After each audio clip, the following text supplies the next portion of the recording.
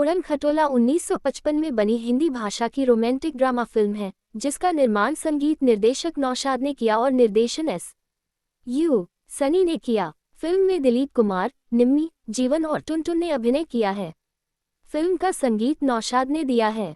गीत शकील बदाऊनी ने लिखे हैं। मधुबाला को पहले ये फिल्म ऑफर की गई थी, लेकिन उन्होंने अपने स्वास्थ्य में उतार चढ़ाव के कारण मना कर दिया। इसे तमिल में डब किया गया और वानराथम के नाम से रिलीज किया गया और 1 नवंबर 1956 को रिलीज किया गया। गाने के बोल कमदासन और एम.बी. श्रीनिवासन ने लिखे थे। फिल्म की शुरुआत समुद्र में आए एक तूफान और एक जहाज के डूबने से होती है, जिसमें एक अकेला आदमी किनारे पर आ जाता है। वह घने झाड़ियों, गिरे हुए पेड़ों और चारों तरफ मची अफरा तफरी के बीच से होता हुआ अंदर की ओर बढ़ता है। वह एक झोपड़ी में पहुंचता है जहां एक दाढ़ी वाला बूढ़ा आदमी, दिलीप कुमार, उन झाड़ियों के नीचे आग के सामने अकेला बैठा है। बूढ़ा आदमी उस नए आदमी को बगल वाले कमरे में पनाह देता है, लेकिन जैसे ही वह आदमी कमरे में गया, उसे एक औरत का डरावना गाना गाते हुए सुनाई दिया। खिड़की से बाहर देखते हुए उसे वह औरत आती हुई दिखाई दी, एक भूतिया लेकिन खूबसूरत आकृति, 2 घोड़ों द्वारा खींचे जा रहे रथ को हाँक रही थी। चारों ओर धुंध के गुबार थे। औरत, घोड़े, रथ, औरत, सब कुछ इतना डरावना था कि आदमी डर के मारे बड़बड़ाने लगा। औरत, जो अभी अभी अपने रथ से उतरी थी, उसकी प्रतिक्रिया से डर गई। वो वापस अपने रथ में सवार होकर भाग गई। बूढ़ा आदमी दुखी है, साथ ही गुस्से में भी, इस आदमी ने उसे क्यों भगाया।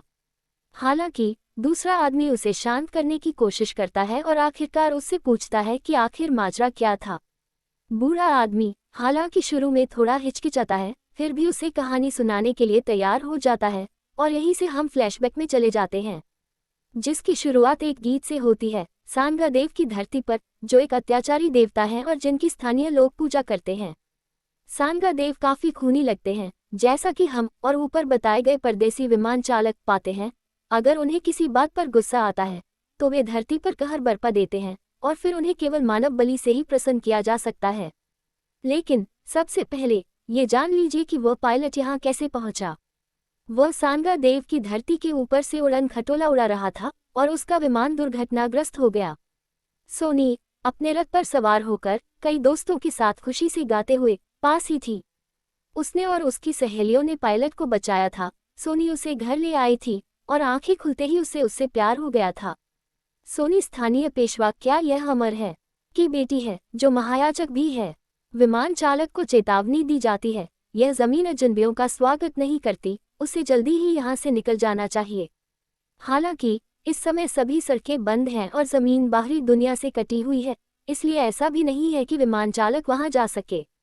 बेहतर होगा कि उसे देश की सर्वोच्च सत्ता, राजरानी के पास ले जाया जाए, जो सजा सुनाएगी और तय करेगी कि इस आदमी के साथ क्या किया जाना चाहिए।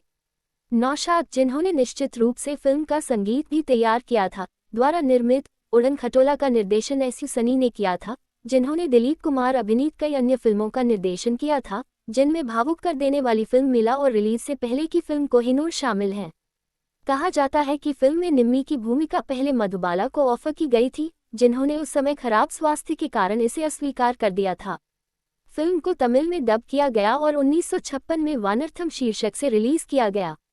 1955 की फिल्म उड़न खटोला की कहानी दिलीप कुमार काशी के बारे में है, जो एक विमान दुर्घटना में बच जाता है और एक अलग शहर में पहुंचता है। ये शहर एक महिला निम्मी द्वारा शासित होता है और काशी को एक राक्षस के रूप में देखा जाता है। फिल्म के मुख्य पात्रों में दिलीप कुमार और निम्मी हैं और ये दिलीप कुमार की सबसे लोकप्रिय फिल्मों में से एक है। मुख्य कहानी काशी, दिलीप कुमार एक विमान दुर्घटना के बाद एक ऐसे शहर में पहुंचता है जिसका शासन एक महिला निम्मी करती है। पात्र फिल्म में दिलीप कुमार और निम्मी मुख्य भूमिका में हैं।